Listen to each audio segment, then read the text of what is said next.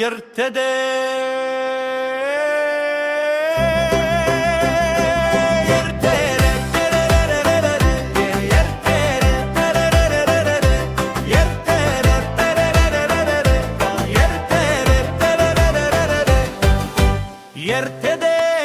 ертеде кең далада кең жерде қазақ деген ел бар еді, ертегіге толы жыр бар еді. Сол далада бір адам, күлкісі көп ойы бар, кедей еді бірақ та ақ қылынан бай озбас. Алдар көсе айлакер, алдар көсе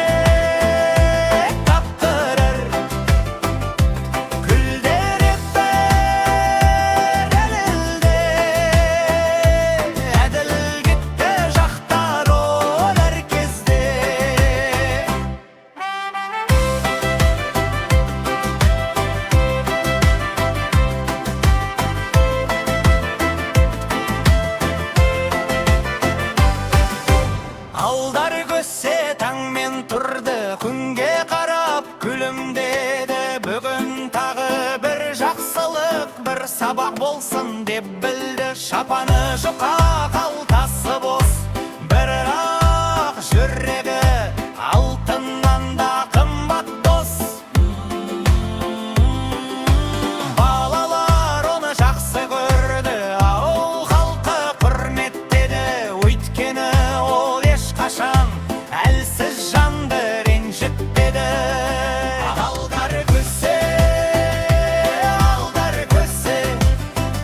ақылды ер, дана көсе байлық емес ақыл күш, соны үйретер әрбір іс.